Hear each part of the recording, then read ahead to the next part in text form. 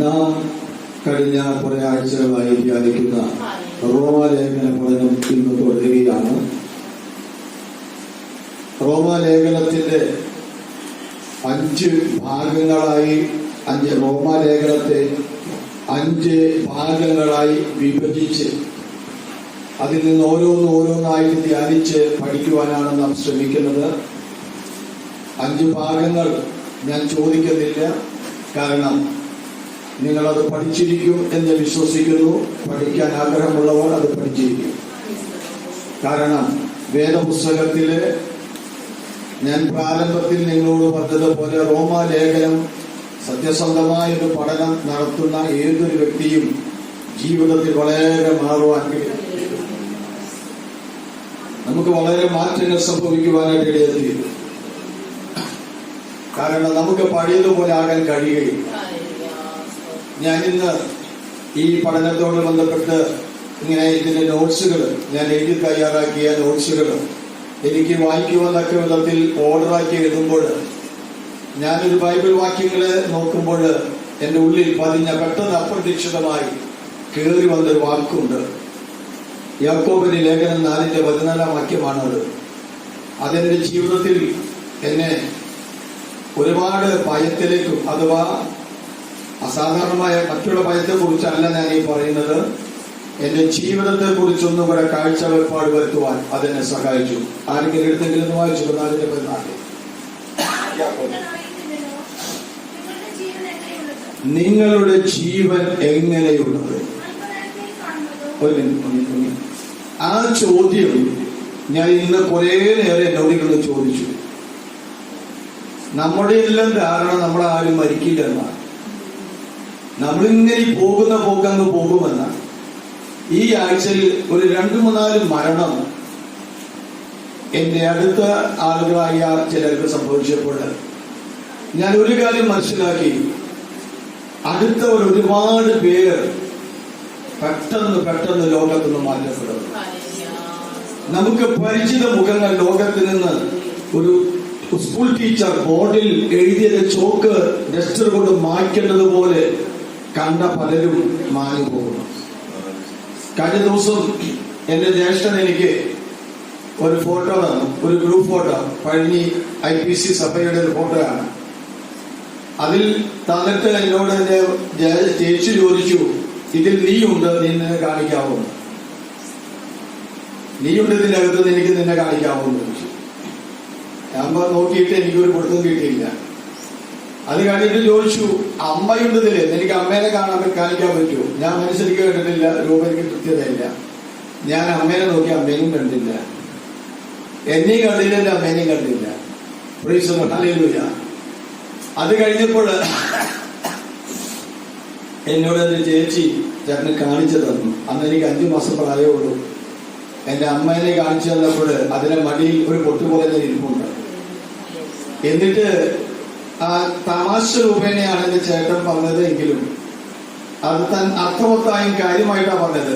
എന്നോട് പറഞ്ഞു, മോനെ, ഈ ഫോട്ടോയിൽ കാണുന്ന ഈ 72 പേരിൽ 11 പേരെ ഇന്ന് ലോകത്തിൽ ജീവനോടെയുണ്ട്. ആ വാക്കിന്റെ ഉള്ളിൽ കിടപ്പുണ്ട്. അതിനോടൊപ്പമാണ് ഇന്ന് ഞാൻ ഇതെല്ലാം ക്രമീകരിക്കുന്ന സമയത്ത് ഈ വാക്യം എന്റെ ഉള്ളിലേക്ക് ഒന്ന് കയറി വരാൻ എന്തോ പെട്ടെന്ന് അതിന്റെ ഉള്ളിലേക്ക് ഒന്ന് സ്പർശിക്കുന്ന തൊട്ടു. ആ വാക്യം ഒന്നും കൂടെ വായിച്ച്. നിങ്ങളുടെ ജീവൻ എങ്ങനെയുള്ളത്? ദൈവത്തിന്റെ പരിശുദ്ധാത്മാവ് എന്നോടും നിങ്ങളോടും ചോദിക്കുന്ന ഒരു പ്രധാനപ്പെട്ട ചോദ്യമാണ്, നിങ്ങളുടെ ജീവൻ എങ്ങനെയുള്ളത്? ഇനി ഉത്തരം, അല്പനേരത്തേക്ക് കാണുന്നതും പിന്നെ മറഞ്ഞു പോകുന്നതുമായ ആവിയല്ലോ. അല്പനേരത്തേക്ക് കാണുന്നതും അത് കഴിഞ്ഞാൽ മറഞ്ഞു പോകുന്നതുമായ ആവിയാണ് നമ്മുടെ ജീവൻ എന്ന് ദൈവത്തിന്റെ പരിശുദ്ധാത്മാവ് നമ്മെ ഓർമ്മപ്പെടുത്തുകയാണ്. നമ്മുടെ ജീവിതകാലത്തെ കുറിച്ച് നമുക്ക് അറിവില്ല. ആ ജീവിതകാലത്തെ കുറിച്ച് പരിശുദ്ധാത്മാവ് വ്യക്തതയോടെ പറയുകയാണ്. എന്തെന്ന് പറയുന്നു? അല്പനേരത്തേക്ക് കാണുന്നതും പിന്നെ മറഞ്ഞു പോകുന്നത് ആവി മാത്രമാണ്, നീരാവി മാത്രമാണ് ജീവിതമെങ്കിൽ ഈ ലഭിച്ച സന്ദർഭം പാഴാക്കി ദൈവത്തിന് മുമ്പാകെ നിൽക്കുമ്പോൾ അറിഞ്ഞില്ലെന്ന് പറയുവാൻ നിങ്ങൾ ആർക്ക് കഴിയും? അറിഞ്ഞില്ലെന്ന്, ഞാൻ മനസ്സിലാക്കിയില്ലെന്ന്, എന്നെ ആരും പറഞ്ഞു തന്നില്ലെന്ന്. ഞാൻ ഒരിക്കൽ അവന്റെ സഹോദരനെ വിളിച്ച് അവന്റെ മാനസാന്തരത്തിലേക്ക് അവൻ വളരെ മോശമായി എന്ന് ഞാൻ പേരൊന്നും ഞാൻ പറയുന്നില്ല വന്നപ്പോൾ ഞാൻ അദ്ദേഹത്തിനെ അവൻ ക്ഷണിച്ച് അവൻ ക്രമീകരിക്കാൻ ശ്രമിച്ചപ്പോൾ ഞാൻ ഒറ്റ കാര്യം പറഞ്ഞു: നന്നാവാൻ എനിക്ക് അവസരം തന്നില്ലെന്ന് ആരും പറയരുത്, നീ പറയരുത്. എന്നെ ആരും സ്നേഹിച്ചില്ലെന്നും നിന്നെ സഹായിക്കാൻ, നിന്നെ നേർവഴിക്ക് നടത്താൻ ആരും നിനക്ക് പ്രാമേ സഹകരിച്ചില്ലെന്ന് നീ മേലാൽ പറയാതിരിക്കാൻ ഞാൻ നിന്നെ കൊണ്ടുപോകാം. ഞാൻ നിങ്ങളോട് പറഞ്ഞൊരു താല്പര്യം, അറിഞ്ഞില്ലെന്നും സഹായിച്ചില്ലെന്നും പറയാതിരിപ്പാൻ. ഇന്ന് പകൽ നാം മനസ്സിലാക്കുക, ഒരാവി മാത്രമായി ജീവിതം. Hallelujah, praise the Lord. ഞാൻ സുവിശേഷകനാകുന്നതിന്റെ ഉള്ളിൽ, ഇന്ന് ഞാൻ തീഷ്ണതയോടെ ജീവിക്കുന്നതിന്റെ ഉള്ളിൽ എനിക്ക് പറ്റിയ ഒരു വലിയ വീഴ്ചയുണ്ട്. ഞാൻ പറയട്ടെ, ഞങ്ങൾ സന്തോഷത്തോടെ, ഞാനും എന്റെ സുഹൃത്തുക്കളും സന്തോഷത്തോടെ അതിന്റെ മൂർധന്യത്തിൽ സമയം ചെലവഴിച്ചു കൊണ്ടപ്പോഴാണ് മരണം ഞങ്ങൾക്കിടയിൽ കയറി വന്നത്. മരിച്ച എന്റെ സുഹൃത്ത് അവന്റെ വായില ചവച്ചതായി ചുഴിയുമ്പ് വെച്ചാണ് ലോകത്തുനിന്ന് മാറ്റപ്പെട്ടത്. ഞാൻ പറഞ്ഞതിന്റെ താല്പര്യം, സുഖിച്ചും സന്തോഷിച്ചും ലോകം തന്നെ ഈ കാണുന്നതാണ് ലോകത്തെ ജീവിതമെന്ന് ചിന്തിച്ചു നിസ്സമയം ചെലവഴിക്കുമ്പോൾ എപ്പോഴെങ്കിലും അവൻ ഒരു മണി മുടങ്ങുമ്പോൾ തിരുത്തുവാൻ സമയമില്ലാതെ, അവയെ ക്രമീകരിക്കുവാൻ സമയമില്ലാതെ നിന്റെ ശ്വാസം അതിലൂടെ ഇവൻ തിരിച്ചെടുക്കുമ്പോൾ ആമേൻ അവിടെ ചെന്ന് എന്ത് പറയും? ഞാൻ ഇന്ന് പകൽ ധ്യാനിച്ചതാണ്. ഉടമസ്ഥന്റെ അടുക്കൽ ചെന്നുകൊണ്ട് എന്ത് പറയും? ചോദിക്കും, നിനക്ക് ആവശ്യമായിട്ട് ഞാൻ തന്നില്ലേ? നിനക്ക് ഞാൻ തരാത്തതായിട്ട് എന്തെങ്കിലും ഉണ്ടോ? എല്ലാം നിനക്ക് തന്നു, എല്ലാ സൗകര്യങ്ങളും തന്നു, ആരോഗ്യം ചോദിച്ചപ്പോ സൗഖ്യം, ആമേൻ, ഞെരുങ്ങാതെ ജീവിക്കാൻ എല്ലാം തന്നു. പക്ഷേ നീ എന്നോട് വിശ്വസ്തനായിരുന്നുവോ? ഞാൻ നിനക്ക് നൽകി തന്ന ദാനങ്ങളിൽ നീ എന്നോട് വിശ്വസ്തനായിരുന്നുവോ? ഇന്ന് പകൽ ഞാൻ എന്നെ കേൾക്കുന്ന എല്ലാവരോടുമായി പറയുന്നു, ആമേൻ, ഇപ്പോൾ കാണുന്ന അല്പനേരത്തേക്ക് കാണുന്നത് മാഞ്ഞു പോകുന്നതായ ആവി മാത്രമാണ് ജീവിതമെങ്കിൽ, ഈ ലോകത്തിന്റെ ആയുസ്സെങ്കിൽ ഇങ്ങനെ ജീവിച്ചാൽ മതിയോ? എത്ര ഭയത്തോടും വിറയിലോടും കൂടെ വേണം നാം ദൈവത്തെ സേവിക്കാൻ. എത്ര ഭയത്തോടും വിറയിലോടും കൂടെ നമ്മുടെ ദൈവത്തെ ജീവിക്കണം. ആമേൻ, ഒരു പാട്ട് പാടാൻ കിട്ടിയ അവസരം പാട്ട് പാടി തീർക്കണ്ടേ? ഒരു ഹല്ലേലൂയ സ്തോത്രം പറയുവാൻ കിട്ടിയ സമയം അത് ചെയ്യണ്ടേ? ഒരു വചനം വായിക്കുവാൻ കിട്ടിയ സമയം ആമേൻ അത് വായിക്കണ്ടേ? ഒന്ന് പ്രാർത്ഥിക്കണ്ടേ? അവസരം കിട്ടിയ പ്രാർത്ഥിക്കണ്ടേ? ഒരു പ്രാവശ്യം പോലും ദൈവത്തിന്റെ സഭയിലൊന്ന് പ്രാർത്ഥിക്കാതെ, ഒരു പാട്ട് പോലും എടുക്കാൻ കഴിയാതെ, ഒരു വാക്യം പോലും വായിച്ചു തീർക്കാതെ, ഒരു വാക്യം പോലും ശ്രദ്ധിക്കാൻ കഴിയാതെ ഈ ലോകത്തുനിന്ന് വലിച്ചുപോയാൽ എന്തായിരിക്കും നമ്മുടെ ഗതി? എന്തായിരിക്കും നമ്മുടെ അവസ്ഥ? എങ്ങനെ നാം തെറ്റിവഴിയും ദൈവത്തിന് ന്യായവിധിക്കണം? നിങ്ങൾ വിചാരിക്കുന്ന വേറാരെങ്കിലും പ്രാർത്ഥിച്ചോളൂ, അവര് പ്രാർത്ഥിച്ചോളൂ. Price the Lord. പക്ഷെ എനിക്ക് നഷ്ടം വരും. എനിക്ക് നഷ്ടം വരും. ഒരു വചനമുണ്ട്, ഞാൻ ഇതിനോട് ചേർന്ന് എന്തൊന്നും പറയാൻ ആഗ്രഹിച്ചതല്ല, പക്ഷെ ദേവാത്മാവ് പ്രേരിപ്പിക്കുന്നതുകൊണ്ട് അതുകൊണ്ട് പറഞ്ഞ് നമ്മുടെ ക്ലാസ്സിലേക്ക് പോകാം. ആമ വെളിപ്പാട് പുസ്തകത്തിൽ ഭയങ്കരമായ ഒരു നിർദ്ദേശമുണ്ട്. സഭയ്ക്ക് ദൂതെത്തുമ്പോൾ നിന്റെ കിരീടം ആരും എടുക്കാതിരിപ്പാൻ നിലയ്ക്കുള്ളതിനെ മുറുകെ പിടിച്ചോളണം. മനസ്സിലായോ? ദൈവം എനിക്കെതിരെ നിന്നിട്ടുണ്ട്, ഒരു കിരീടം വെച്ചിട്ടുണ്ട്. അത് വല്ലവനെ തലയിരിക്കാതിരിക്കാൻ സൂക്ഷിച്ചു പിടിച്ചോളാം. മനസ്സിലായോ? നിങ്ങൾ പാട്ടുപാടിയില്ലെങ്കിൽ സഭ പാട്ടുപാടിയില്ലേ? നിങ്ങൾ ഒരാൾ വായിച്ചില്ലെങ്കിൽ സഭയിൽ വാക്യം വായിക്കില്ലേ? നിങ്ങൾ ഒരാൾ പ്രാർത്ഥിച്ചില്ലെങ്കിൽ സഭയിൽ പ്രാർത്ഥനയ്ക്ക് മുടക്കം വരുമോ? ഇല്ല. നഷ്ടം വരുന്നതാണ്. ഈ ചിന്തകൾ എപ്പോഴെങ്കിലും ദൈവസഭയ്ക്ക് കടന്നു വന്നിട്ടുണ്ട് ആരാധിക്കാൻ. ദൈവത്തെ സ്തുതിക്കാൻ നമുക്ക് കഴിയുന്നുണ്ടോ? ദൈവത്തെ സഭയിൽ ഒരു പാട്ട് പാടാൻ അതൊരു ഭാഗ്യപദവിയാണെന്ന് അറിയാമോ? വിശുദ്ധ കരങ്ങൾ ഉയർത്തുന്നത് വലിയ യോഗ്യതയാണെന്ന് അറിയാമോ? ഹല്ലേലൂയ. ആ വാക്കുള്ളിൽ മറക്കല്ലേ. എന്നോട് ഇതുപോലെ എന്നെ സ്പർശിക്കുകയും എന്നെ ഹല്ലേലൂയ മുഴങ്കാലിൽ ഇരുത്തു വലിയ വചനമാണ്. എന്റെ ദൈവത്തോട് കൃപയ്ക്ക് യോജിച്ചു. Praise the hallelujah. ഇന്ന് രാവിലെ എഴുന്നേറ്റ് ഞാൻ ദൈവത്തെ സ്തുതിക്കുമ്പോൾ ഹല്ലേലൂയ പ്രൈസ് ദി ലോർഡ് ആമേൻ ഞാൻ കുറെ സമയം സ്തോത്രം ചെയ്യാറുണ്ട്. ആമേൻ പ്രൈസ് ദി ലോർഡ്. പ്രാർത്ഥനയ്ക്ക് മുമ്പ് ഞാൻ പറഞ്ഞു ഹല്ലേലൂയ ആമേൻ തിരുത്തുവാൻ ഒരു ദിവസം കൂടെ എനിക്ക് തന്നു. ഇന്നലെ വരെ പല തപ്പിതങ്ങളും പല വീഴ്ചകളും എനിക്കും അതിനും അറിയാതെ സംഭവിച്ചിട്ടുണ്ട്. തിരുത്തുവാൻ ഇന്നലെ രാത്രി എന്നെ തിരിച്ചു വിളിക്കാതെ കാര്യജാതകത്തിന്റെ കണക്ക് ബോധിപ്പിക്കാതെ പറയാതെ ഒരവസരം കൂടെ തന്നതിനാൽ സ്തോത്രം. ഇതത്ര വലിയതാണെന്ന് അറിയാമോ? ഈ ആയുസ്, ഈ മൂക്കിലോടുന്ന ശ്വാസം എത്ര വിലപ്പെട്ടതാണെന്ന് അറിയാമോ? ഇന്നലെ രാത്രി നിദ്രയിൽ ഇതിന്റെ ഉടമസ്ഥൻ തിരിച്ചു വിളിച്ചാൽ ഹല്ലേലൂയ പ്രൈസ് ദി ലോർഡ് നമുക്ക് തിരുത്തുവാൻ കഴിയുമോ? ഒറ്റ ആയുസേ ഉള്ളൂ. ഈ ആയുസിൽ നീ ചെയ്യുന്നത് നല്ലതാകലും തീയതാകലും അതിന് തക്ക പ്രതിഫലം അശോകം തരുന്നത്. അവൻ തിരുത്തുവാൻ കഴിയില്ല. മറ്റു ബന്ധുക്കളെ ചാർച്ചക്കാരൊന്നും ദാനധർമ്മങ്ങളോ കുർബാനകളോ ആമേൻ മറ്റു കാര്യങ്ങൾ ചെയ്തതൊന്നും വർദ്ധിച്ചു വരില്ല. നാം ചെയ്യുന്നത് തന്നെയാണ് നമ്മുടെ കടം. അത് നമുക്ക് പ്രതിഫലം. ഞാൻ അതവിടെ അവസാനിപ്പിക്കുകയാണ്. അവൻ മൂന്നാം ഞാൻ പറഞ്ഞല്ലോ റോമാലേഖനം അതിന്റെ 4-5 ഘടകങ്ങളായി നാം പഠിക്കുന്നു. അതിന്റെ ഒന്നാമത്തെ ഭാഗം ഇൻട്രൊഡക്ഷനായിട്ട് മാറ്റിക്കളഞ്ഞു. ബാക്കിയുള്ളതിനെ നാം 5 ഭാഗമായി പഠിക്കാൻ ശ്രമിച്ചു. 5 ഭാഗത്തിൽ പാപം എങ്ങനെ ലോകത്തിലുണ്ട്, പാപത്തിന്റെ ന്യായവിധി, പാപത്തിന്റെ കുറ്റവും അതിന്റെ കാരണവും, അതിന്റെ ന്യായവിധിയും പാപത്തിന്റെ ശിക്ഷയും എല്ലാം ദൈവം വെളിപ്പെടുത്തിയിട്ടുണ്ട്.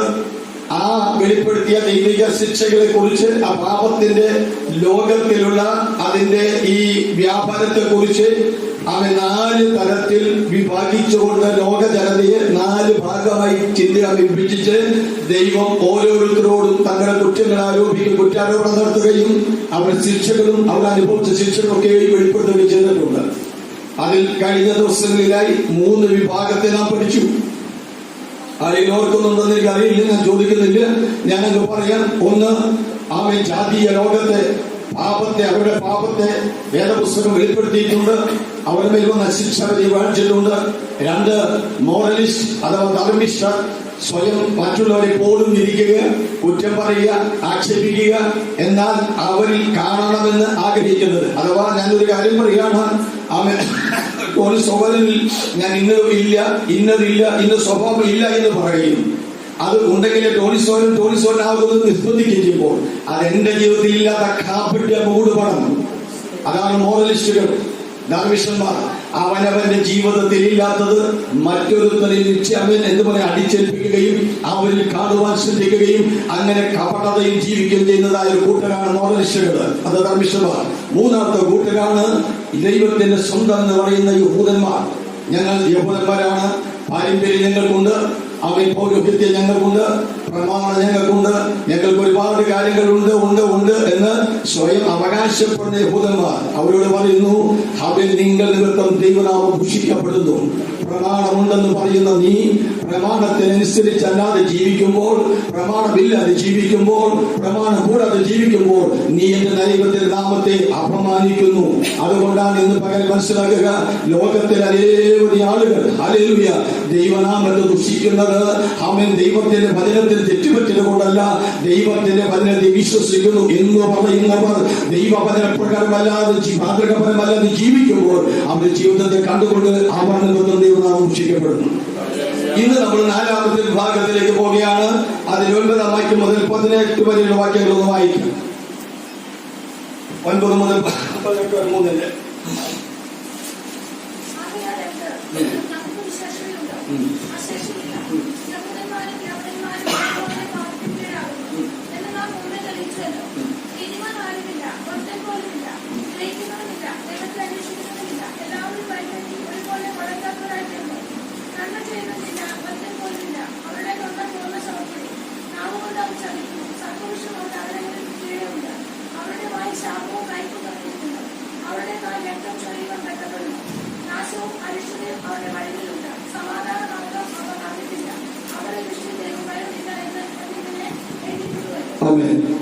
ഒരു വാക്യം കൂടി അതിലുണ്ട്, അത് പിന്നീട് വായിക്കാം.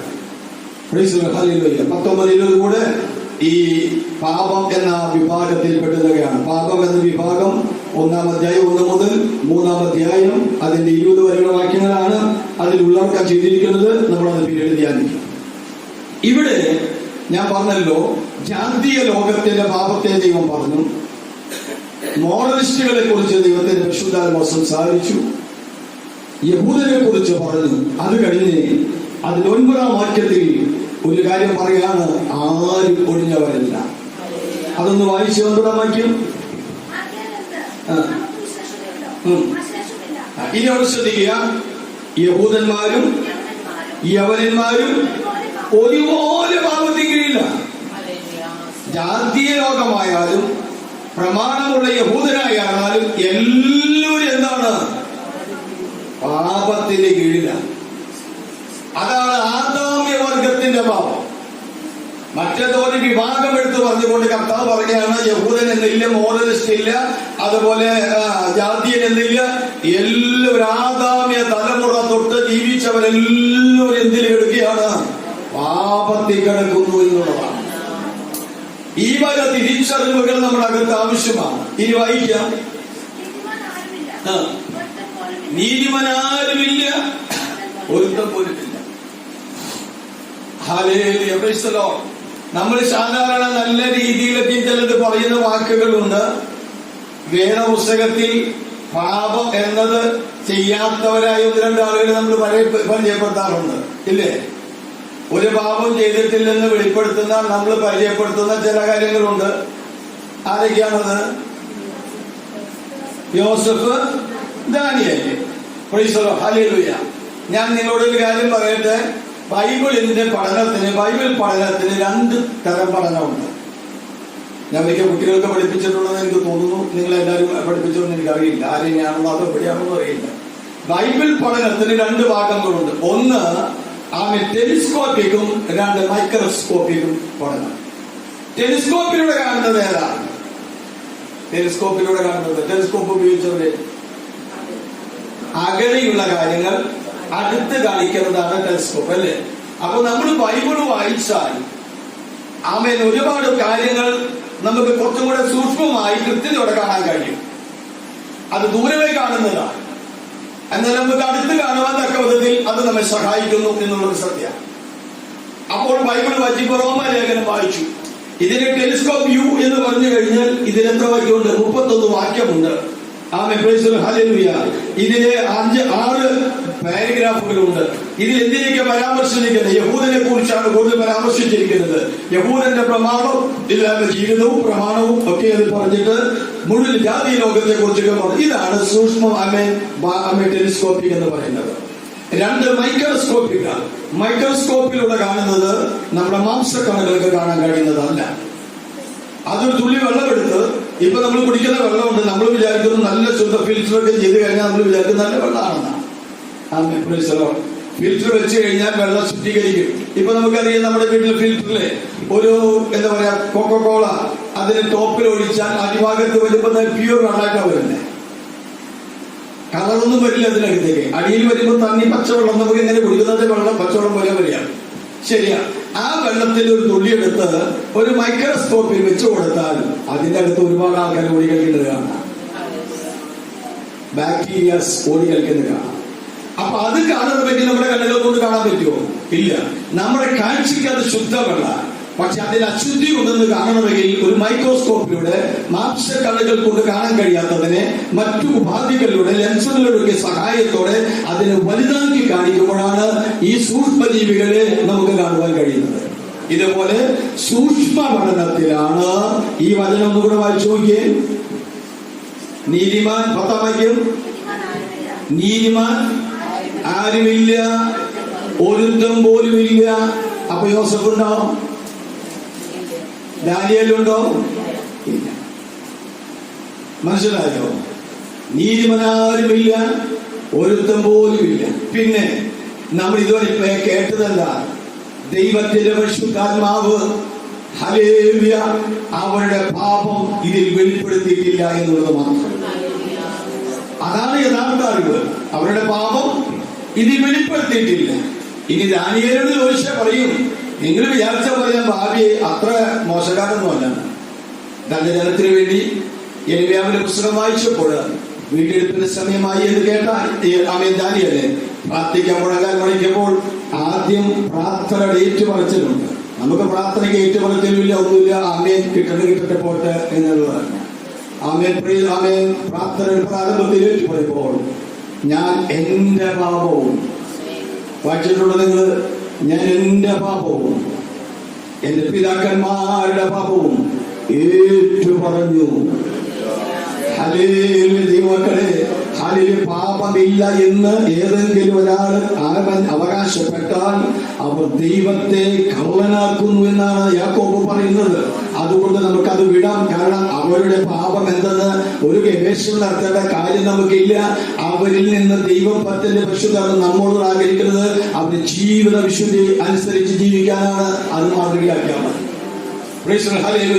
അപ്പൊ ഇവിടെ രാജാവേ മുഴു ലോകത്തെ കൊടുക്കും കർത്താവ് പറയുക, ദൈവത്തിന്റെ വചനം പറയുകയാണ്, നീതിമാനില്ല ഒരുത്തൻ പോലുമില്ല. ഇനി 11-ാം വാക്യം, ഗ്രഹിക്കുന്നവനില്ല, ദൈവത്തെ അന്വേഷിക്കുന്നവനുമില്ല. അവിടെ പറഞ്ഞ 4 കാര്യങ്ങളൊന്ന് ലിസ്റ്റ് ചെയ്ത് 10-11 വാക്യങ്ങളിൽ പറഞ്ഞ 4 കാര്യങ്ങൾ. 1, നീതിമാനില്ല. 2, ഒരുത്ത വ്യക്തി പോലുമില്ല. 3, ഗ്രഹിക്കുന്നവനില്ല. 4, ദൈവത്തെ അന്വേഷിക്കുന്നവനും ഇല്ല. മനസ്സിലായോ? ഇനി 5-ാമതൊന്ന് വായിച്ച അടുത്ത വാക്യം, എല്ലാവരും വഴിതെറ്റി. ആമേൻ. 6, ഒരുപോലെ കൊള്ളരുതാത്തവരായി തീർന്നു.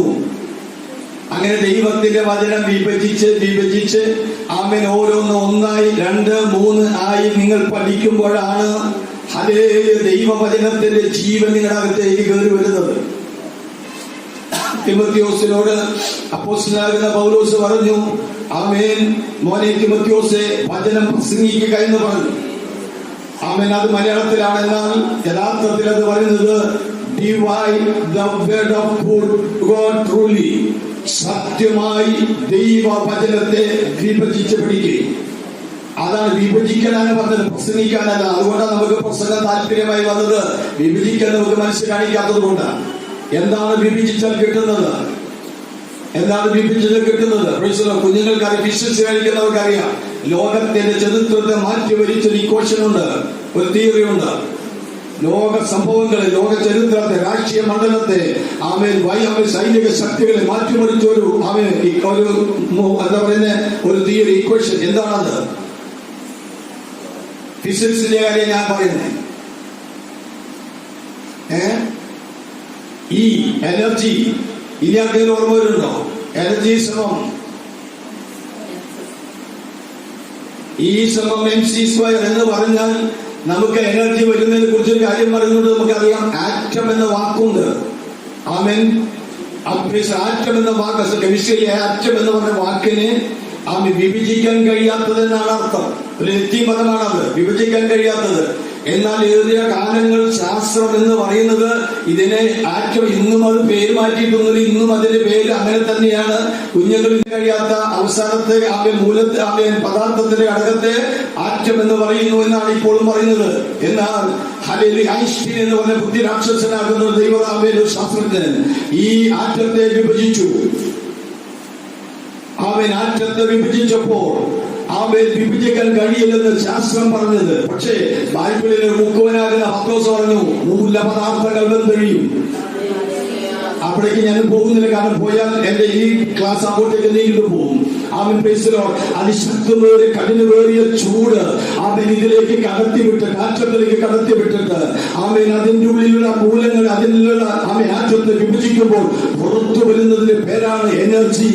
ആ എനർജിയാണ് 1946 ആഗസ്റ്റ് മാസം 5-ാം തീയതിയും ആഗസ്റ്റ് മാസം 9-ാം തീയതിയും ജപ്പാനിലെ ഹിരോഷിമ നാഗസാക്കി എന്ന പട്ടണത്തിൽ അതിന്റെ വിരിമാറ് തകർത്തുകൊണ്ട് ലക്ഷക്കണക്കിന് ആളുകളുടെ മാംസങ്ങൾ ചതറിപ്പോകുകയും, ഹിരോഷിമ ഡയറി എന്ന് പറഞ്ഞ പുസ്തകമുണ്ട്, മലയാളത്തിൽ നല്ലത് കിട്ടും.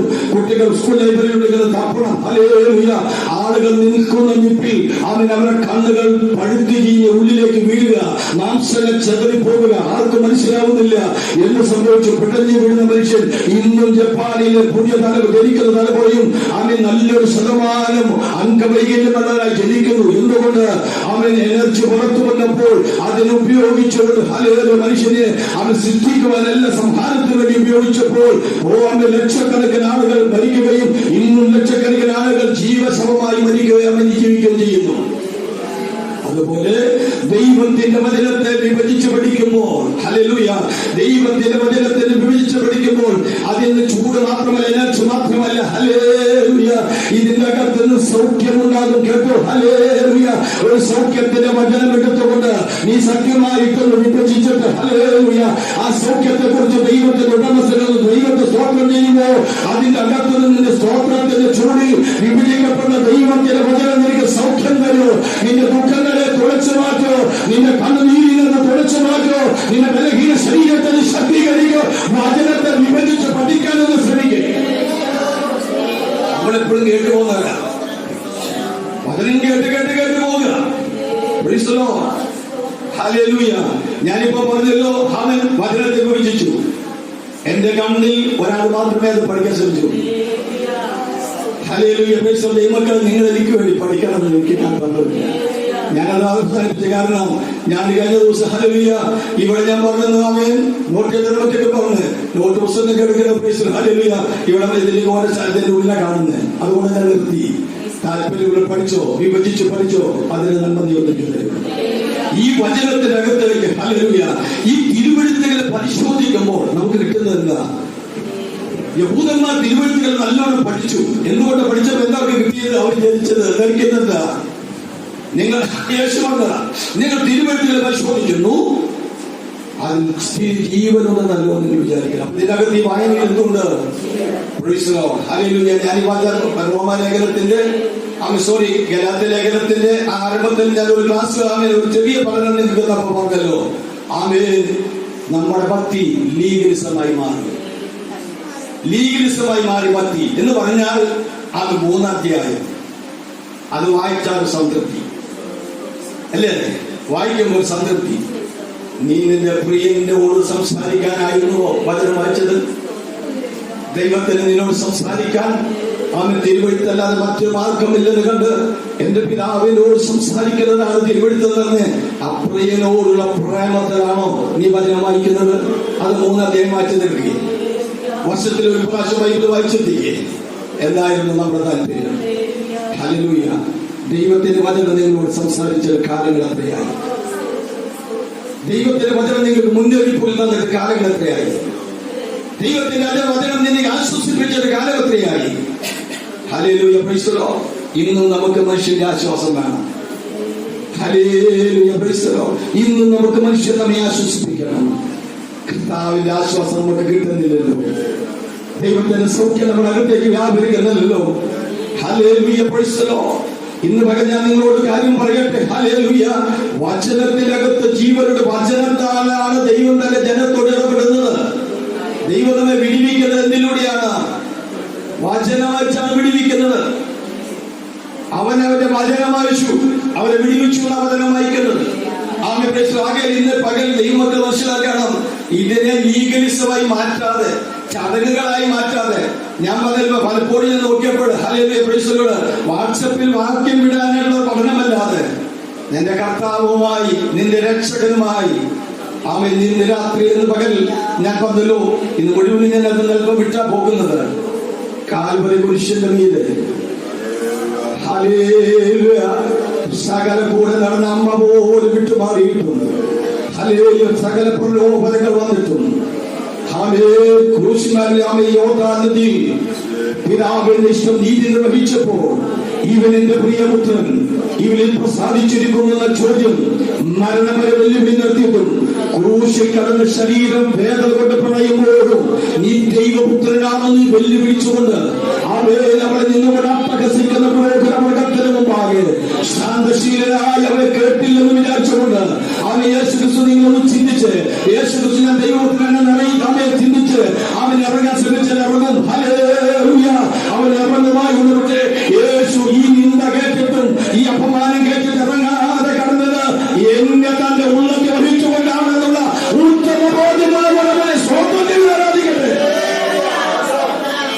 നന്ദി കാണിക്കാറുണ്ടോ? ആ നന്ദി കാണിക്കാറുണ്ടോ? ഹല്ലേലൂയ.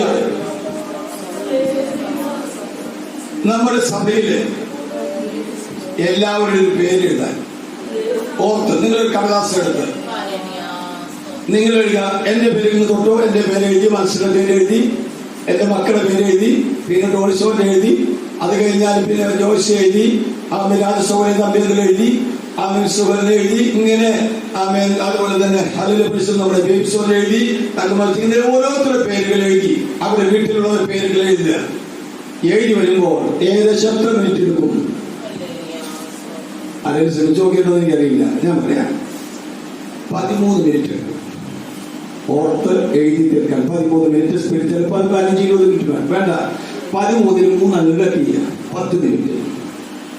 10 മിനിറ്റ് ദിവസം പ്രാർത്ഥിച്ചാൽ എത്ര പേരുണ്ട്? പേരൊന്നും പറയണ്ട.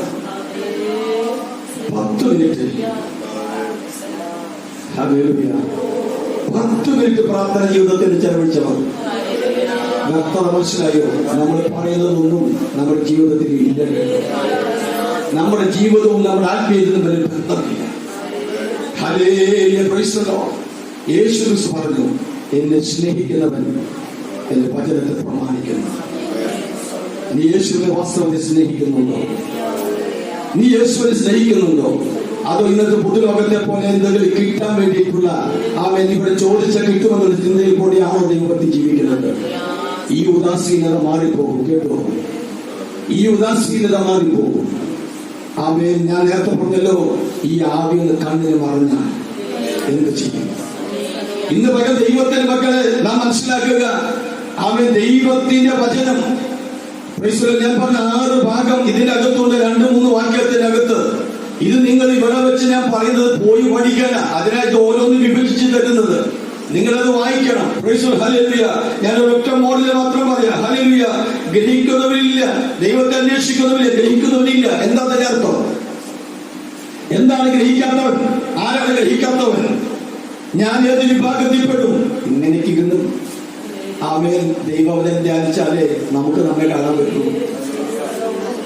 ഗ്രഹിക്കുന്നവരില്ല. ശരി, എന്നിട്ട് നാം നമ്മോട് ചോദിക്കണം, കഴിഞ്ഞ ആഴ്ച പ്രസംഗിച്ചത് ഞാൻ ഗ്രഹിച്ചു. എന്തെങ്കിലും എടുത്ത് പറയാൻ പറ്റുമോ? ഒരു കടലാസ് എടുത്തിട്ട് ഞാൻ ഇതുപോലെ കഴിഞ്ഞ ദിവസം ഭാഷ പ്രസംഗിച്ചത്, ഇന്ന സങ്കീർത്തനമാണ് കർത്താവ് ടോളിസോടെ പ്രസംഗിച്ചത്, അതിൽ ഇന്ന കാര്യങ്ങൾ പറഞ്ഞിട്ടുണ്ട്. എന്തെങ്കിലും ഗ്രഹിച്ചിട്ടുണ്ടോ? നമ്മള് ഈ ഹോളിന്റെ പടിയിറങ്ങുമ്പോൾ ഓർക്കുന്നവർ എത്ര പേരുണ്ട്? ഈ ഹോളിന്റെ പടിയിറങ്ങുമ്പോ ഞാൻ നിങ്ങളോട് ചോദിക്കട്ടെ, അത് നിങ്ങൾക്ക് കഴിഞ്ഞില്ലെങ്കിൽ, നിങ്ങൾക്കത് സാധിക്കുന്നില്ലെങ്കിൽ അതിൽ പിന്നെ വലിയൊരു അബദ്ധമുണ്ട്. എന്തെന്നറിയുമോ? പാട്ടുപാടിയ എല്ലാവരും കൂടെ സ്വന്തം കാഴ്ചയുടെ നശിച്ചു കൊടുത്തൊക്കെ നിന്റെ പേര് ആധിപത്യ ദൈവത്തിനല്ല, നിന്റെ മേൽ ആധിപത്യം ആകണം. ശത്രു എന്ന് പറഞ്ഞ പോരാ, പിശാചി. ശത്രു എന്ന് പറഞ്ഞാൽ കോമണ പിശാചിന്. ഞാൻ എന്താ പറയാന്ന് തോന്നുന്നുണ്ടോ? ഇല്ല. യേശു ക്രിസ്തു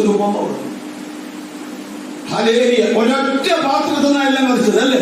വഴിയരികെ വീണതും, മുള്ളിനിടയിൽ വീണതും, പാറക്കടയിൽ വീണതും, നല്ല നിരത്തി വീണതും 4 തരം ക്വാളിറ്റിയുള്ള വിത്തായിരുന്നു. ഒറ്റ വിത്തെന്ന്. അതിൽ വഴിയറമ്പിൽ വീണത് അയൽവത്തോടെ സാത്താൻ കൊണ്ടുപോയി. ഹല്ലേലൂയ. ഈ വഴിയാകുന്നത് എപ്പോഴാണ്? ഇപ്പൊ ഇവിടെ പൊന്തക്കാടെന്ന് വിചാരിക്കുക, ഞാനൊന്ന് കഷ്ടപ്പെട്ടിട്ട് അങ്ങോട്ട് പോയി എഴുതി ഇങ്ങനെ കറങ്ങുന്നതിന് പകരം ഞാൻ ഈ വഴി കൂടെ മുന്തേക്കൊന്ന് തപ്പി അടിച്ചു മാറ്റി ഞാൻ കൂട്ടിട്ട് പോയി. അപ്പൊ കുറച്ച് കഴിഞ്ഞപ്പോഴാണ് പിന്നാലെ പിള്ളേർ വന്നു. ഒരു 5-10 ആൾ നടന്നാൽ അതെന്തായി തീർന്നു. പിന്നെ വഴിയായി മാറി. വഴി എന്താന്ന് മനസ്സിലായി നിങ്ങൾക്ക്?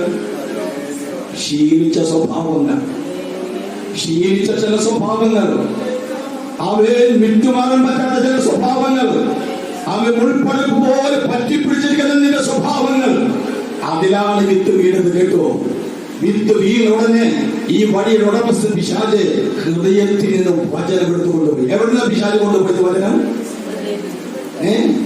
അപ്പൊ നമ്മുടെ ഹൃദയത്തിൽ കയറാൻ ആർക്ക് കഴിഞ്ഞു? അപ്പൊ നമ്മൾ ആരുടെ വഴിയാണ്? നമ്മളൊന്നും ഞാൻ പറയുന്നില്ല. വചനം കേൾക്കുന്ന മറക്കുന്നവരുടെ കാര്യം ഞാൻ പറഞ്ഞത്. നിങ്ങളുടെ ഉള്ളിൽ ആർക്ക് അധികാരം? ദൈവത്തിന്റെ പരിശുദ്ധന്മാരിൽ അധികാരമുണ്ടോ? ഇല്ല, നാം പരിമിതികളുള്ളതാണ്. നമുക്ക് എല്ലാം ഓർക്കാൻ കഴിയില്ല. അതിനു വേണ്ടിയിട്ടാണ് ഒരു കടലാസും പേരിയായിട്ട് ഒത്തിരി വരാൻ വന്നത്.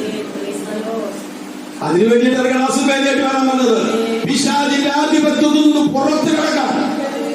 അവന് നിന്റെ മേലുള്ള നിന്റെ പരിമിതികളെ ബുദ്ധിപരമായ പരിമിതികൾ ഉപയോഗിച്ച് നിന്റെ ഹൃദയത്തിനകത്ത് കയറിക്കൊണ്ട് എന്തെങ്കിലും നിനക്ക് നന്മയ്ക്കും വിടുതലിനും ആശ്വാസത്തിനും സൗഖ്യമായി മാറേണ്ട വചനം അത് പിശാച് എടുത്തു കൊണ്ടുപോകുന്നത് കണ്ടിട്ട് ഇന്ന് പകലെങ്കിലും നിലവിളിക്കാൻ കഴിയുന്നവരുണ്ട്.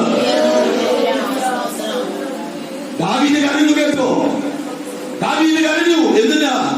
രക്ഷയുടെ സന്തോഷത്തിൽ ഇറങ്ങി തരണം. രക്ഷിക്കപ്പെട്ടപ്പോൾ വലിയ മൂച്ചായിരുന്നു. പോലുണ്ടോ? പോലുണ്ടോ? ഇപ്പൊ ഒരു ഭാരായില്ലേ? യോഗത്തിന് പോവാതിരിക്കാൻ പറ്റാത്തതൊരു ഭാരായില്ലേ?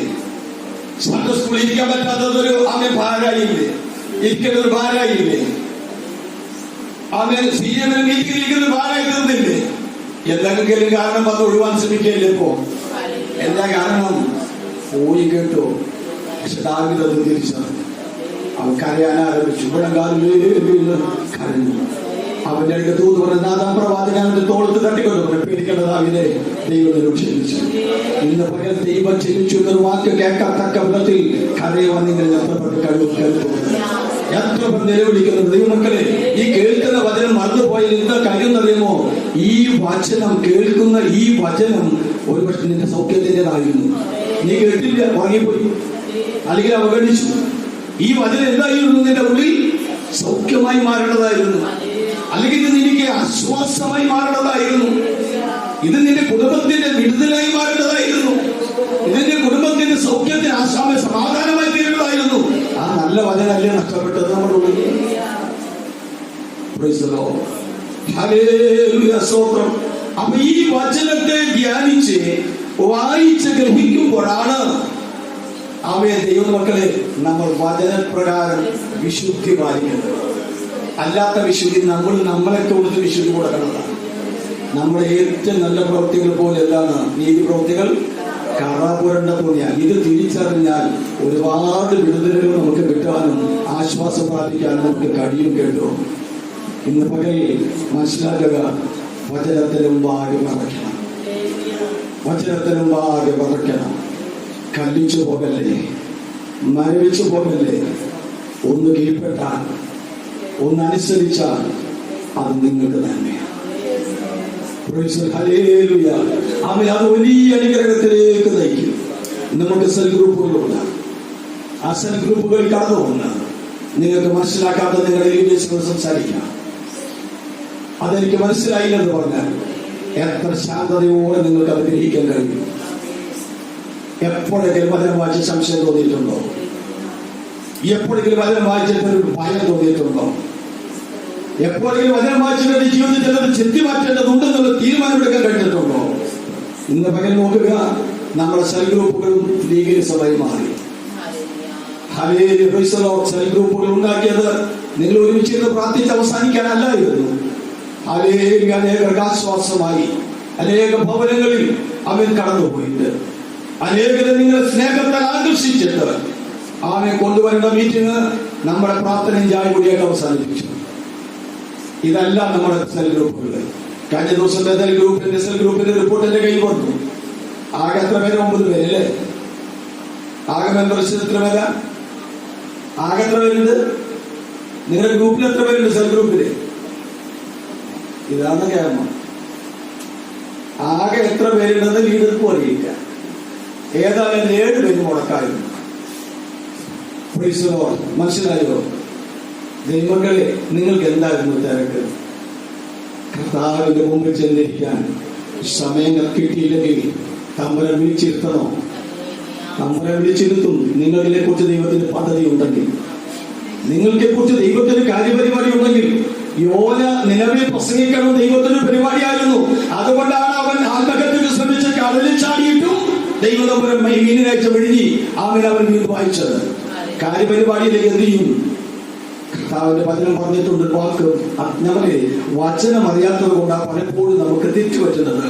നീ ഒന്നിന് ശീലവനായിരുന്ന നന്നായിരുന്നു, അല്ലെങ്കിൽ നീ ഉഷ്ണവനാകുന്നത് നന്നായിരുന്നു.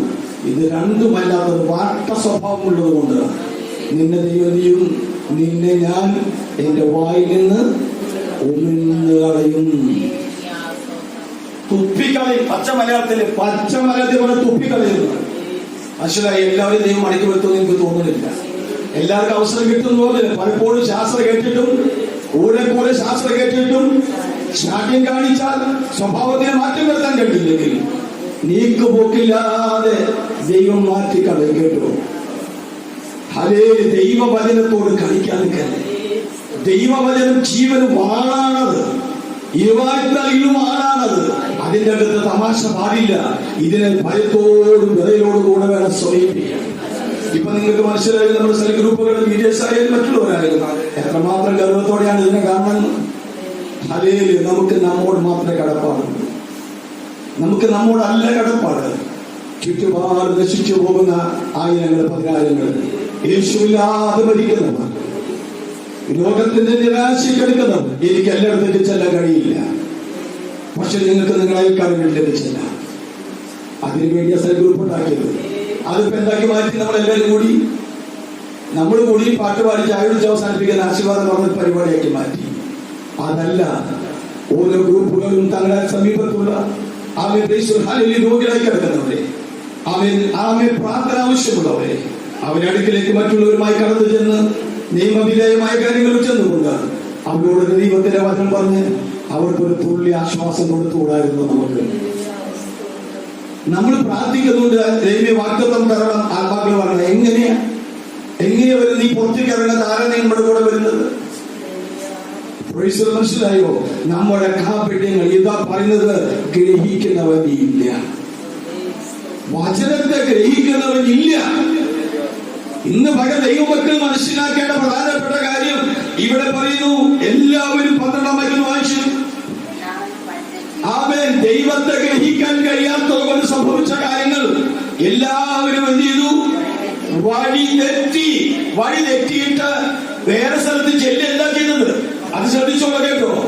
ഇപ്പൊ ഞാൻ പറയാം, കുന്നകുളത്തേക്ക് പോകണത് ഇങ്ങോട്ടേക്ക് പോയാൽ എനിക്ക് അവിടെ ചെല്ലാം, വടക്കാതിരി ചെല്ലാം. പക്ഷെ എനിക്ക് അതിന്റെ ഇടയ്ക്ക് എവിടെയെങ്കിലും ഒരു മുന്നറിയിപ്പ് കിട്ടി ക്രമീകരണം വന്നാൽ തിരിച്ചു പോകാൻ കഴിയും, വഴിതെറ്റിൽ തിരുത്താൻ കഴിയും. പക്ഷേ അടുത്ത വാക്യം നിങ്ങൾ വായിച്ച് എല്ലാവരും വഴിതെറ്റി.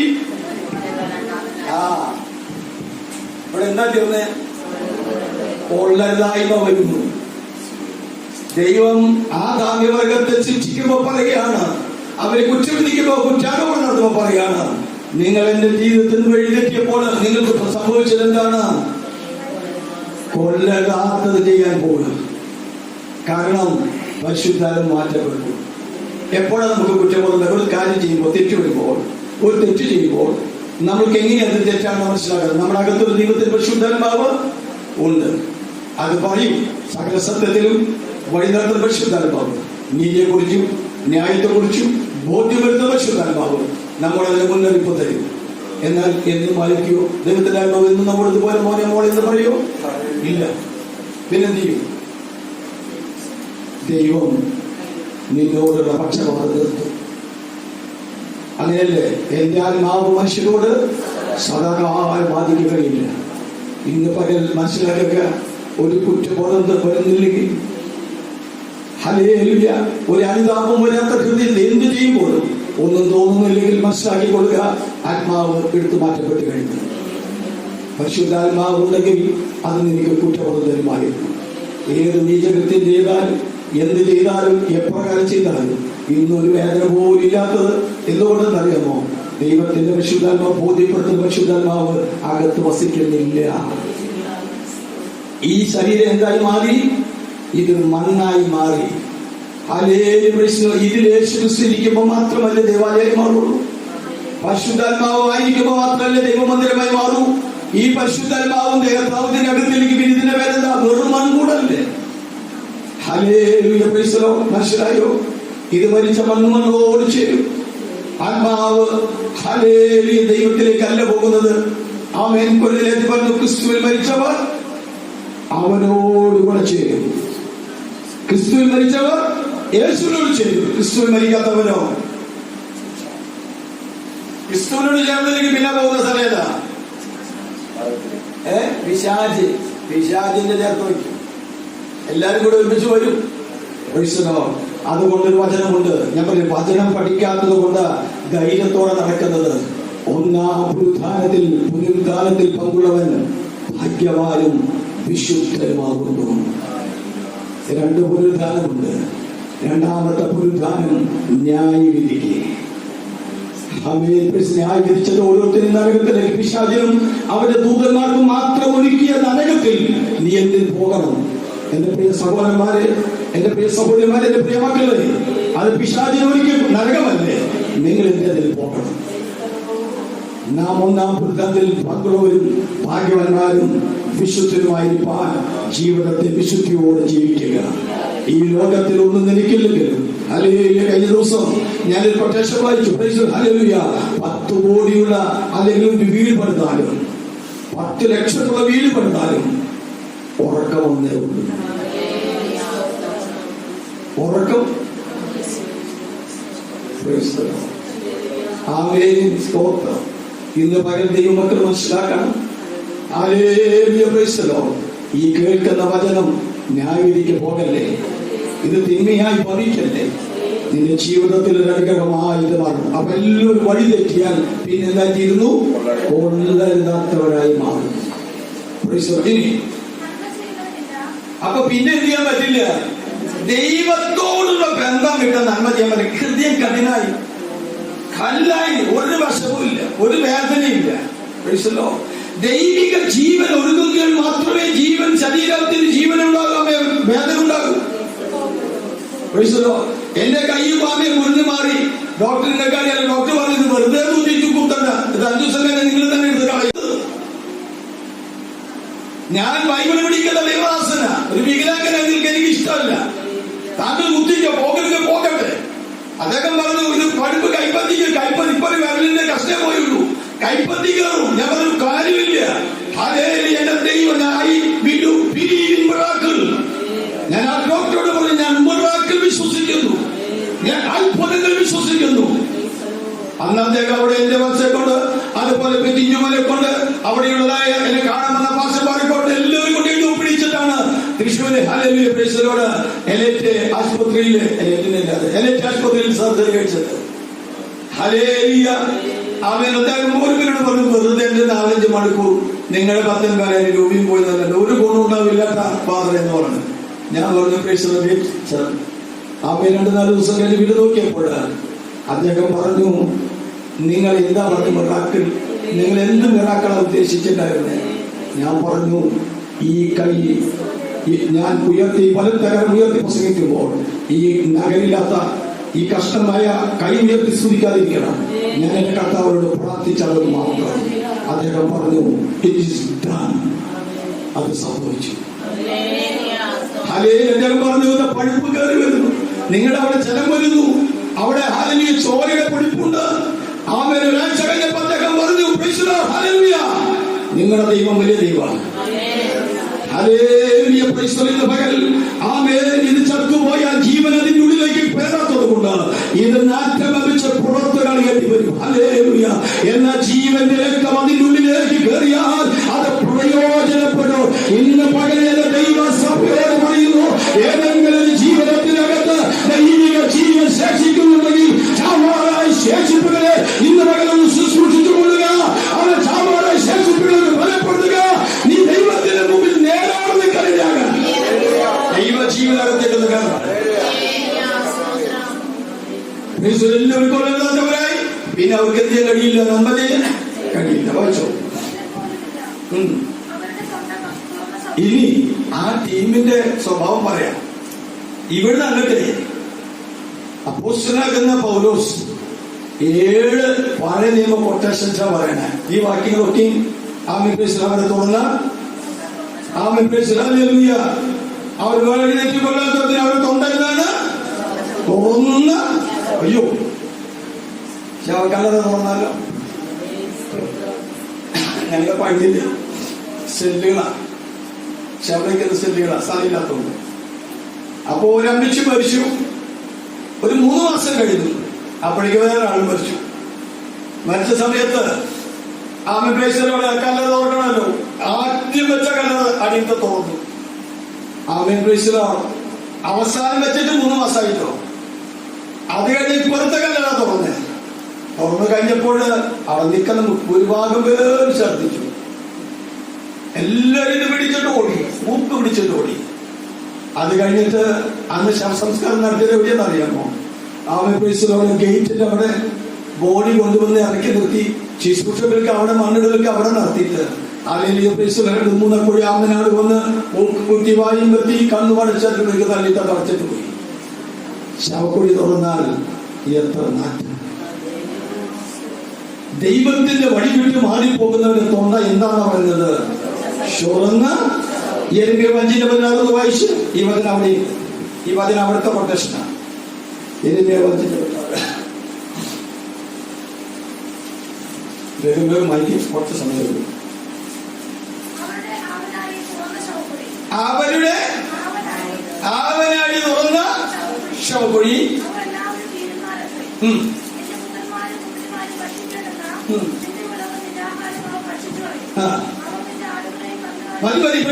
അവരുടെ ആവനാഴി എന്താണ്?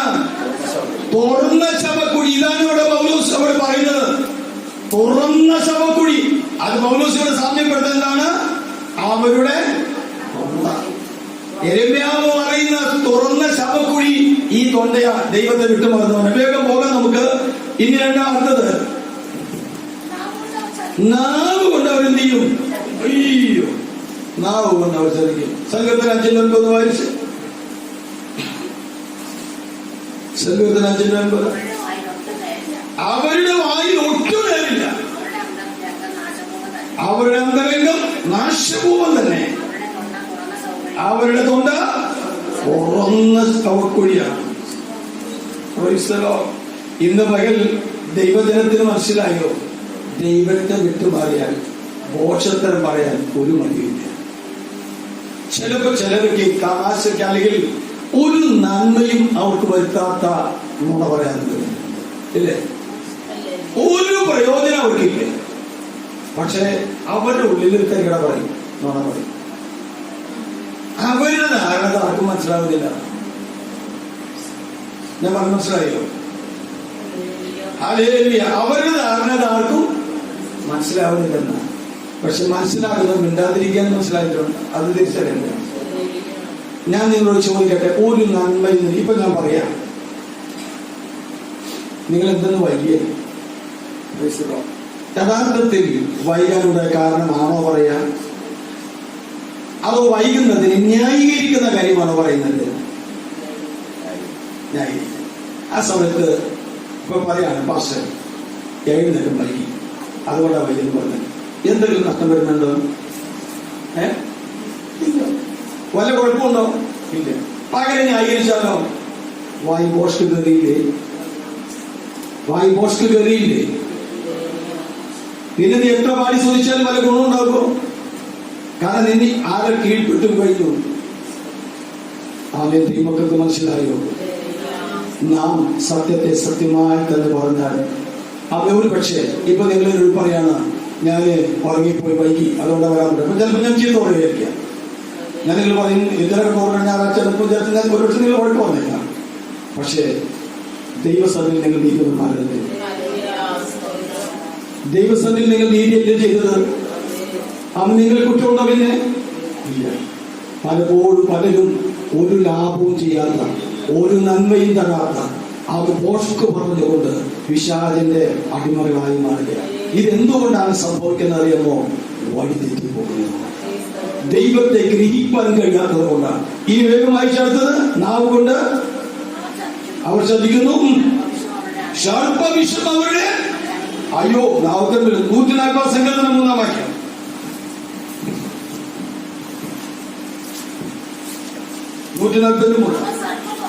അവർ സർപ്പം പോലെ തങ്ങളുടെ നാവുകളെ കൂട്ടിക്കുന്നു എന്ന് പറഞ്ഞ് ചില ആൾക്കാരുടെ നാവുണ്ടല്ലോ കൊല്ലും. ചില നാവിന്റെ ഗുണം കൊണ്ട് എത്ര മരണം സംഭവിച്ചിട്ടുണ്ട്. Hallelujah, praise the Lord. നാവിന്റെ ഗുണം കൊണ്ട് സർപ്പവിഷം നാവിന്റെ ഉള്ളിൽ വെച്ചേക്കുക. എനിക്കറിയാം, ഞാൻ കോളേജിൽ പഠിക്കുമ്പോഴാണ്, പ്രൈസ് ദി ലോർഡ്, ഈ പോർക്കുളത്ത് ഇപ്പൊ വിക്ടറിനൊക്കെ ഇരിക്കുന്നുണ്ടല്ലോ, അതിനപ്പുറത്തെ സൈഡില്ലേ ആ വേദക്കടമ്പലത്തിലേക്ക് പോകുന്ന ആ റോഡിന്റെ പരിസരത്ത് ഒരു മനുഷ്യൻ തന്റെ ഭാര്യയെ കുത്തിക്കൊന്നിട്ട് താൻ ആ കത്തിക്കുമായിട്ട് അന്ന് കുന്നകുളം സ്റ്റേഷൻ തൃശ്ശൂർ റോഡില്ല, അവിടെ ഓടിച്ചെന്ന് ലോകാമൻ അവിടെ പറഞ്ഞു, ഞാൻ ഭാര്യ കുത്തിയിട്ടിട്ടുണ്ട്, കൊന്നിട്ടുണ്ട്, അവൾ മരിച്ചു, ഇതാ കത്തി. ഇതൊക്കെ പല പോലീസുകാർക്ക് വാങ്ങിച്ചു ചെന്ന് നോക്കിയ ബോഡി കണ്ടു. Hallelujah, praise the Lord. ആ മരിച്ച പെൺകുമാരശ്രീ എന്റെ ബന്ധുക്കളെ വീട്ടിൽ തൊട്ടുകൊടുത്ത ഈ കുടുംബം മൊത്തം. ഞാനിതൊക്കെ കേട്ടു. ഞാൻ പിന്നീട് ചോദിച്ചു, എന്റെ ഇത്രയും പ്രകോപനം ഉണ്ടായ കാരണം. ഒരു മനുഷ്യൻ അയൽക്കാരൻ ആ സ്ത്രീയോട് കുറച്ച് ഈ മരിച്ച സഹോദരി ഭർത്താവ് കിട്ടില്ല, ആ സഹോദരിയോട് കുറച്ച് കാശ് കടം ചോദിച്ചു. അപ്പൊ ഇടയ്ക്കിടയ്ക്ക് കാശ് കടം ചോദിക്കും, തിരിച്ചു കൊടുക്കാറില്ല. അപ്പൊ ഒരു വലിയ സംഖ്യ ആയിട്ടുണ്ട്. അപ്പൊ വീട് ചോദിച്ചു, എനിക്ക് കുറച്ച് വലിയൊരു എമൗണ്ട് ചോദിച്ചു. അവൾ പറഞ്ഞ് തരാൻ പറ്റില്ല എന്ന് പറഞ്ഞു. നിങ്ങൾ ഇതുവരെയും കൊണ്ടുപോയി കാശ് ആദ്യം കൊണ്ടുപോകാം, അത് കഴിഞ്ഞിട്ട് ബാക്കി പുതിയ കാലം പിന്നീട് ആലോചിക്കാം. നീ തന്നില്ലെങ്കിൽ തന്നെ ഞാൻ മര്യാദ പഠിപ്പിക്കണോ? വിളിച്ചല്ലോ. അവള് പറഞ്ഞു, നീ നിന്നെ വിളിക്കുക പോലെ നോക്കി. അത് സാധാരണ കൊച്ചാൽ അതങ്ങനെ എന്ന് പറഞ്ഞു പോയി. ഇവരെന്തെന്നറിയുമോ? ഇവിടെ ഭർത്താവിന്റെ ഫോൺ നമ്പർ ശേഖരിച്ചു. അവരെ വിളിച്ചു പറഞ്ഞു, നിന്റെ ഭാര്യ അവിഹിതമായി ജീവിക്കുന്നു, നീ ഇല്ലാത്തപ്പോൾ. കേട്ട പാട് പോഷൻ അവിടെ നിന്ന് കത്തി വാങ്ങിച്ചു പോകുന്നു. ഇവിടെ വന്ന് ആമേൻ ഇറങ്ങി വണ്ടി നിർത്തി പോകുമ്പോൾ ഭാര്യ എങ്ങോട്ടൊക്കെ പോകാൻ വേണ്ടി എന്ന് വാങ്ങിക്കാൻ വേണ്ടി വഴി വരുന്നുണ്ട്. ആ പാടത്തിട്ട് കുത്തിക്കൊന്നു. അവര് നാവ് സർപ്പവിഷ പോലെ. എന്ന് പകൽ മനസ്സിലാക്കി കൊടുക്കുക. ദൈവത്തിന്റെ വലുതേ, ആമേൻ. സർപ്പവിഷം. അയാളാണ് സർപ്പം. ആരാണ് സർപ്പം? ഏത് പരദീസിൽ വെളിപ്പെട്ട ഒരു പക്ഷെ ഉപദേശകന്റെ രൂപത്തിൽ വെളിപ്പെടും. ഒരു പക്ഷെ തലയിൽ സർപ്പം ഹവ്വയെ ഉപായത്തെ ചതിച്ചതുപോലെ മറ്റുള്ളവരെ ചതിക്കുന്നതായ, മറ്റുള്ളവരെ ദ്രോഹിക്കുന്നതായ ഒരു നാവ് ഒരു ദൈവപൈതലിന് പാടില്ല. എന്റെ നാവ് സമർത്ഥനായ ലേഖകന് എഴുത്തുപോലാകുന്നു. ലാവണ്യം നിന്റെ അത്തരങ്ങളിലുണ്ട്. ഒത്തിനാൽ രുചിവരുത്തിയതും കൃപയോടുകൂടി വാക്കുകളല്ലാതെ കൃപയോ അല്ലാത്തതൊന്നും വിശുദ്ധമാർക്ക് യോഗ്യമല്ല. അവരെ നാവ് സന്തോഷിച്ച വേഗം പോലെ വായിച്ചു നോക്കി. അവരുടെ വായിൽ ശാപവും അയ്പവും ഉണ്ട്. 10 സങ്കീർത്തനം 7 വാക്യം വായിച്ച് ഞാൻ ആ വാക്യത്തിന് 7 ഉദ്ധരണികൾ എന്ന് പറഞ്ഞു വേഗം പോവുക. 10:7. അവന്റെ വായിൽ ശാപവും വ്യാജവും, അവന്റെ വായിൽ ശാപം മാത്രമല്ല വ്യാജം, കളവുണ്ട്, സാഹസവും നിറഞ്ഞിരിക്കുന്നു. അവന്റെ നാവിൻ കീഴിൽ ദോഷവും അതിക്രമവും. അവന്റെ നാവിൽ അത് വാക്യം മറപ്പോയി അവർ പാടിട്ട് ഒരു വലിയ ലിസ്റ്റ പറയണേ. ഇതൊക്കെ ആർക്ക് പറ്റിയ സംഭവം എന്നറിയോ? ഈ ദൈവത്തെ ഗ്രഹിക്കാതെ വഴിതെറ്റി കൊല്ലരാത്തവരായി ദൈവത്തെ മാനിക്കാതെ ജീവിക്കുന്ന ആളുകളിൽ സംഭവിക്കുന്ന അവരെ സ്വഭാവ കേരക്ടറാക്കി പരിശുദ്ധാത്മാവ് 7 പടി നീ ഉദ്ധരണികൾ ഉദ്ധരിച്ച് ആ സ്വഭാവത്തിന്റെ ഒരു എക്സ്റേ ചിത്രം നമുക്ക് തരിക. മനസ്സിലായോ? ഒരു വാക്യം കൂടെ വായിക്കാം. സങ്കീർത്തനം സദൃശ്യം 1:14. അവസാന വാക്യം അവരെക്കാൾ രക്തം ചൊരിയാൻ ബന്ധപ്പെടും. വായിക്കാം. 1:14 സദൃശ്യം. അവരുടെ കയ്യിൽ ദോഷം ചെയ്യുവാൻ ഓടും. മനസ്സിലായോ? അപ്പൊ ദൈവത്തെ ഗ്രഹിക്കാതെ, ദൈവത്തെ വിളിക്കാതെ, ദൈവത്തെ മനസ്സിലാക്കാതെ ദോഷപ്രകാരം ഇഷ്ടപ്രകാരം ജീവിക്കുന്ന ആളുകളിൽ വെളിപ്പെടുന്ന അവരുടെ സ്വഭാവത്തെ കുറിച്ച് ദൈവത്തിന്റെ പരിശുദ്ധാത്മാവ് അഥവാ ആ നീതിമാൻ ആരുമില്ല, ഒരുത്തം പോലുമില്ല എന്ന് ദൈവത്തിന്റെ വചനം വ്യക്തതയോടെ പറഞ്ഞിട്ട് ഇവിടെ പറയുന്നു. ഇതാണ് ഈ ടീമിന്റെ ക്യാരക്ടേഴ്സ്, ഇതാണ് സ്വഭാവം. ഇന്ന് പകൽ ഞാൻ ദൈവമക്കളോട് ചോദിക്കട്ടെ, ഇതിലേതെങ്കിലും നമുക്ക് പങ്കാളിത്തമുണ്ടോ? ഇതിലേതെങ്കിലും സ്വഭാവത്തിൽ നമ്മൾ കാണുന്നുണ്ടോ? എങ്കിൽ ഇന്ന് പകൽ ഒന്ന് കരയുന്നത് നല്ലതാണ്. ഇനി ഇതിന് 19-20 വാക്യം വായിച്ചിട്ട് വേഗം പോവുക. അല്ല 18 വാക്യം 18 വാക്യം.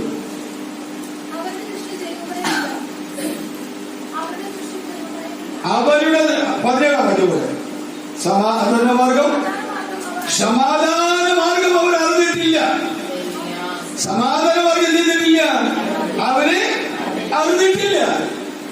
പാട്ടും പ്രാർത്ഥനയൊക്കെ ഉണ്ട്, പക്ഷെ സമാധാനം കിട്ടുന്നില്ല അവർക്ക്. അവൻ ലൂക്കോസ് 1:78 കൂടെ വായിച്ച് അവസാനിപ്പിക്കാം. ലൂക്കോസ് 1